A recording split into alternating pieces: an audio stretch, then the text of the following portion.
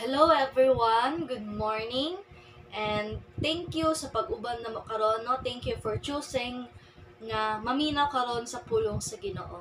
And I hope no nga excited ta karon maminaw kung unsa ang ganahan nga isulti sa Ginoo sa tua. So mga igsoon no, kamusta man mo dira? Kamusta no? And of course karon nanapod tayo topic nga atong pagahisgutan nga bago. So makausap ako dahil si Trixie Hevero no. Thank you so much for Pastor Edward for giving me this opportunity to share the word of God with you.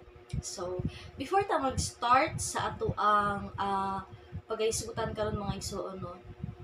Daghan jud kaayo mga misconception no kanang mga common bitaw nga mga ideas no nga gapalibot yun even sa una no hantod karon no unsa man ni siya daghan gid kaayo ga debate nga is Jesus really a God no nayuban nga gatuo sila nga si Jesus is human only napoy uban nga gatuo nga si Jesus is God gid siya napoy uban nga gatuo nga si Jesus tao siya but God.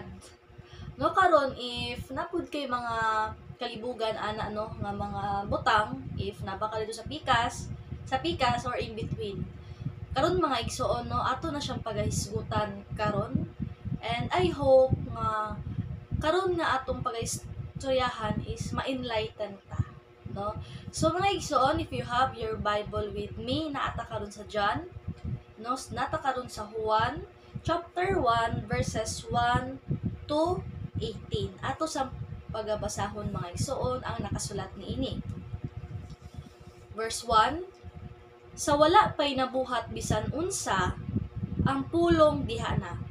Ang pulong uban sa Dios ug ang pulong Dios.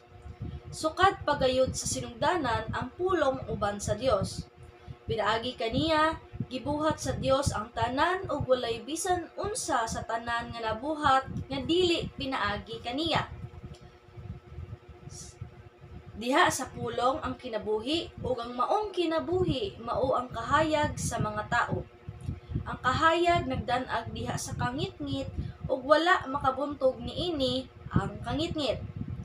Ang Dios nagpadala og usa ka tawo nga ginganlag Juan aron pagsaksi ngadto sa mga tawo mahitungod sa maong kahayag aron ang tanan na makadungog mensahe ug motoo. Si Juan dili mao ang kahayag apan nianhi siya aron pagsaksi mahitungod sa kahayag. Ang matuod nga kahayag moanhi sa kalibutan aron ang tanan nga madan-agan sa kahayag. Ang pulong niini sa kalibutan pinaagi kaniya gibuhat sa Dios ang kalibutan apan ang kalibutan wala moila kaniya. Miani siya sa iyang kaugalingong katawhan apan wala siya modawat kaniya. Apan katong midawat og misalig kaniya gihatagan niya sa katungod nga mahimong mga anak sa Dios. Nahimo sila mga anak sa Dios dili sa tawhanong paagi o pagbuot. Ang Diyos mismo ang naghimo kanilang iyang mga anak.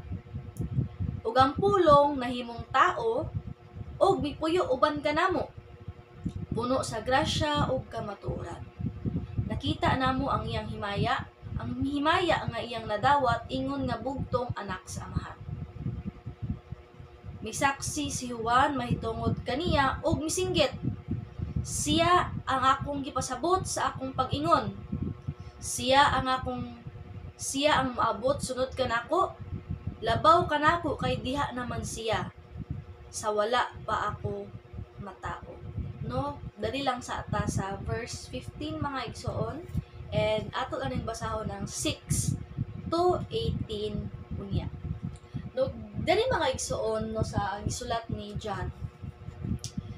Kani si John mga igsoon is isa ni sa mga followers ni Jesus Christ. So na siya gina-describe diri no sa iyahang gisulat.